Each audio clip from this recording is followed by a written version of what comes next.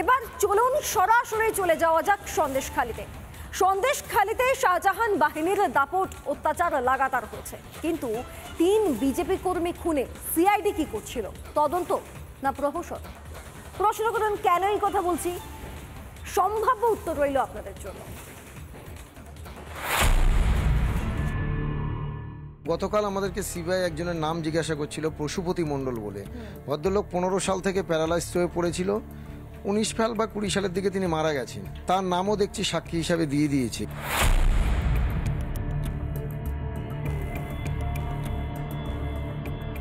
সন্দেশখালীতে 3 BJP কর্মী খুনের তদন্ত শুরু করেছে সিবিআই। এরই মধ্যে বিস্ফোরক দাবি নিহতদের পরিবারের। তারা নাকি সিবিআই এর থেকে জানতে পেরেছেন মৃত ব্যক্তির নাম ঢোকানো ছিল সাক্ষীর তালিকায়। 20 সালে মারা গিয়েছেন, অথচ তারপরে তার নাম রয়েছে নথিতে। নথিতে আছে। সেটা সম্ভব, হয়তো উপরওয়ালা দিয়ে দিয়েছে তাই সম্ভব হয়েছে।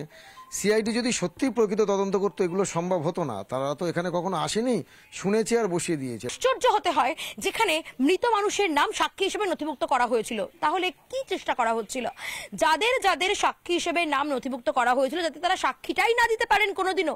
আর সেক্ষেত্রে দাঁড়িয়ে শাহজাহানের মতন এই অভিযুক্তরা, কাদের মোল্লার মতন এই অভিযুক্তদের বিরুদ্ধে যে অভিযোগগুলো রয়েছে সেগুলো নস্যাৎ হয়ে যাক। এখানেই শেষ নয়, বিস্ময়ের আরো বাকি আছে। নিহত প্রদীপ মণ্ডলের ভাইয়ের অভিযোগ, দিনের পর দিন, বছরের পর বছর কেটে গিয়েছে, কিন্তু সিআইডি কে কখনো তারা চোখেই দেখেননি। তাহলে কি প্রথম থেকেই ধামাচাপা দেওয়ার চেষ্টা ছিল সিআইডির? সিআইডি ঘরে বসে বসে এটা নথিভুক্ত করলো যাতে কেসটা চাপা পড়ে যায়, যা এই কেস চলাকালীন তারা মারাও যেতে পারে, এই হিসেবে নথিভুক্ত করেছে। মৃত ব্যক্তিদের নাম সাক্ষীর তালিকায়। শুধু তাই নয়, এমন অনেকেরই নাম ছিল সিআইডির চার্জশিটে, তাদের নাকি একবারও বয়ানই নেয়নি সিআইডি। যেমন নাম ছিল বিজেপি কর্মী দেবদাস মণ্ডলের ভাইপো সঞ্জয় মণ্ডলের স্ত্রী মৌমিতা মণ্ডলের। এছাড়াও নাম ছিল ভাঙ্গিপাড়ার বাসিন্দা বছর 50-এর অনুপ মণ্ডলের। শেখ শাহজাহানের অফিসে গিয়ে ওর নামটা ওরা দিয়েছিলেন। ওরা কি গোটাটাই পূর্ব পরিকল্পনা? হ্যাঁ হ্যাঁ, পুরোটাই পরিকল্পনা ছিল। যাবো অনুপ বাবুর কাছে। অনুপ মণ্ডল এলাকার বিজেপির সক্রিয় কর্মী, এবং এই অনুপ বাবুর কাছে একটু কথা বলবো। অনুপ বাবু, আপনার নামও চার্জশিটে উল্লেখ রয়েছে, কিভাবে? আপনার সঙ্গে কি সিআইডি কোনোদিন কথা বলেছিল তদন্তের সময়? না, আমার সঙ্গে সিআইডির কোনো কথা হয়নি। আমি জানতাম না আমার চার্জশিটের নামটা গেল কি করে, আমি কোনোদিনই জানতাম না। দুজনেরই দাবি, এদের সঙ্গে কোনো দিনও কথাই বলেনি সিআইডি। তাহলে কিভাবে তাদের নাম চার্জশিটে উঠল? তাহলে কি তদন্তের নামে প্রহসন চলছিল সিআইডি?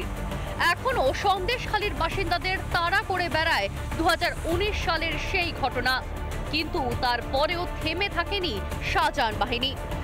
যেমন 2021 সালের ভোটের পর স্রেফ বিজেপি করার অপরাধে জলধর মণ্ডলকে রাস্তায় ফেলে কাদের মোল্লার গ্যাং বেধড়ক মারধর করে বলে অভিযোগ। পুলিশের কাছে জানিয়েও নাকি লাভ হয়নি।